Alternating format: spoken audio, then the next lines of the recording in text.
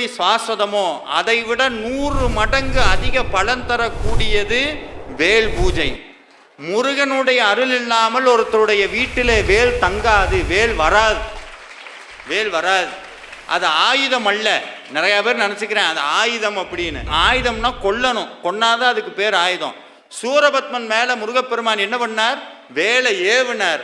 வேல் உள்ளே போகணுன்னு அவன் என்னவா மாறினா சார்? அது வரைக்கும் ஊரே மோசமாக பேசின சூரபத்மன் வேல் உடம்புக்குள்ள போன அடுத்த நிமிஷம் ஊரே கும்பிட்ற சாமியை தூக்கிற மயிலாக மாறினான். எப்போ வேலும் வேல் மாறலும் ஒருத்தருடைய வாழ்க்கைக்குள் போகுதோ அப்பொழுதே முன்கதை எவ்வளவு நாற்றமடிக்க கூடியதாக இருந்தாலும் முருகப்பெருமான் அந்த கதையை கிழித்து தூர வீசி விட்டு புது கதையை தொடங்குவார், தலையெழுத்தை மாற்றுவார்.